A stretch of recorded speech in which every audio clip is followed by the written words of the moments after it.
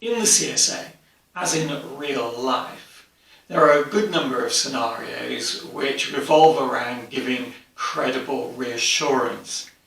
These are scenarios in which a patient will have a misconception as to what may be going on and an undue fear, and possibly an inappropriate expectation. So the classic example might be somebody with a tension headache, but they believe that it might be a brain tumour. They're obviously very worried because it's cancer, and their expectations may be a CT scan. Now, in these type of scenarios, it's very important to be able to give credible reassurance.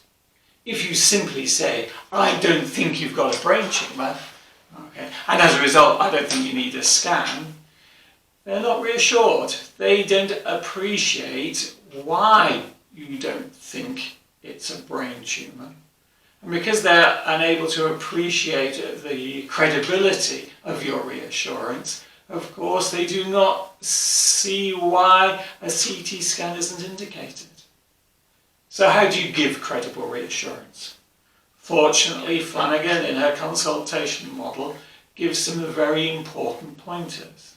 She talks about the fact that you have got to relate to the symptoms they've expressed, particularly the absence of the red flag symptoms relating to the condition to which they're concerned about. You also have to relate to the signs of the condition they're worried about, that is the absence of signs.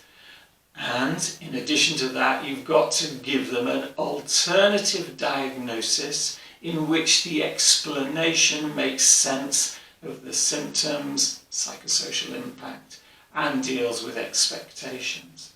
So an example might be, now you mentioned you were worried about having a brain tumour. Well, when we talked about the symptoms of a brain tumour, you had none of those, which is good. With regards to my examination, when I was looking for signs of a brain tumour, you had none of those. So we put that together. You haven't got the symptoms of a brain tumour, you haven't got the signs of a brain tumour. I think you've got something called a tension headache. And then you launch into your explanation of tension headache. But by using this approach, they're able to appreciate why you believe they haven't got a brain tumour, and therefore are much more likely to engage with your management plan.